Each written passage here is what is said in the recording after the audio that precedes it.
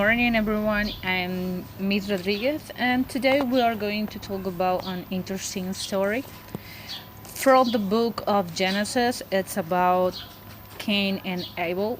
Please pay attention and enjoy this video. In the biblical book of Genesis, Cain and Abel are the sons of both Adam and Eve, the very first humans according to these stories. Adam and Eve having been created by God indicates that Cain and Abel are the very first humanly conceived beings. The oldest brother Cain would grow up to become a farmer, while his younger brother Abel would become a shepherd. It's understood that like most brothers, they had their fights and quarrels, but for the most part, they loved each other. One day, Adam and Eve told their children that in order to show gratitude to God, they would need to perform a worthy sacrifice, something special that would please their Lord. Abel immediately chose one of his best newly born lambs to offer up to God, and though it was important to him, he believed that giving it over to God was far more important than keeping it for himself. When Cain learned about his brother's selfless sacrifice, he was puzzled. He told Abel that he should sacrifice something far less significant. After all, he himself was going to sacrifice some old dried fruit that he was planning on getting rid of anyway. Other interpretations indicate that Cain was going to merely sacrifice some extra straw that he had lying around. But Abel was insistent on offering up his most treasured lamb, something in which Cain scoffed at. Why his brother was going to give away something so cherished was beyond him. But both of the brothers stuck to their guns and would go to present their respective sacrifices. In the book of Genesis, God is stated to have looked with favour upon Abel's sacrifice, but did not look with favour upon Cain's. While there doesn't seem to appear to be a vivid description from the passage as to how God made it clear he was more satisfied with one offering than the other, some interpretations of the tale use fire to represent this. The idea is that Cain and Abel both placed their offerings into a fire. Abel's lamb burnt up in the fire, and the flames roared as the sacrifice was consumed. But when Cain placed his offering into the fire, the sacrifice merely smouldered, and the fire itself died down. By this telling, it's understood that Abel's sacrifice was well received by God because of the magnificent way in which it had burned. Cain's, on the other hand, did not, implying that it was not as worthy as Abel's. Cain grew jealous. He couldn't see the logic behind why God had preferred Abel's sacrifice over his.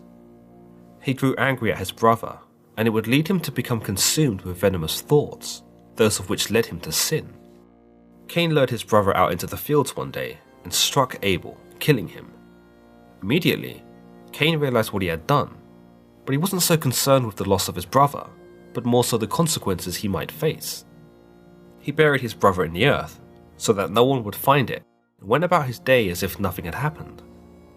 It was around the same time that God appeared to Cain and asked him where his brother was. Cain lied to God, claiming that he didn't know, before infamously muttering, "Am I my brother's keeper?" But God knew the truth about what had happened, and challenged Cain, demanding to know how he could be so hateful and how he could take his own brother's life. The realization of what he had done struck Cain so much so that he fell to the ground sobbing. God would not be so lenient with his punishment though. He condemned Cain, making it so that the grounds he worked would never yield crops. It's possible that this was also a metaphor, that whatever Cain would attempt to do in his life from this point on would result in failure, but that God specified farming, as farming was Cain's profession and perhaps his purpose. Without a purpose, Cain would have nothing. God doesn't stop there though. He further condemns Cain to be a restless wanderer of the earth, furthermore denying him of any peace for what he had done. Cain would actually declare that the punishment was too harsh and that he could not bear such a fate. He also expresses his concern that if he is to wander the earth, he would not be safe and possibly killed. But God had an answer for that too, and declared that none in the world would kill him, because they would suffer vengeance 7 times over. He marked Cain so that none would kill him, not to protect him, but so that none could end his suffering of being outcasted, denied, and ultimately shunned from God's divine glory. The story of Cain and Abel demonstrates the old idea that there cannot be good without evil, Abel being the good and Cain being the evil.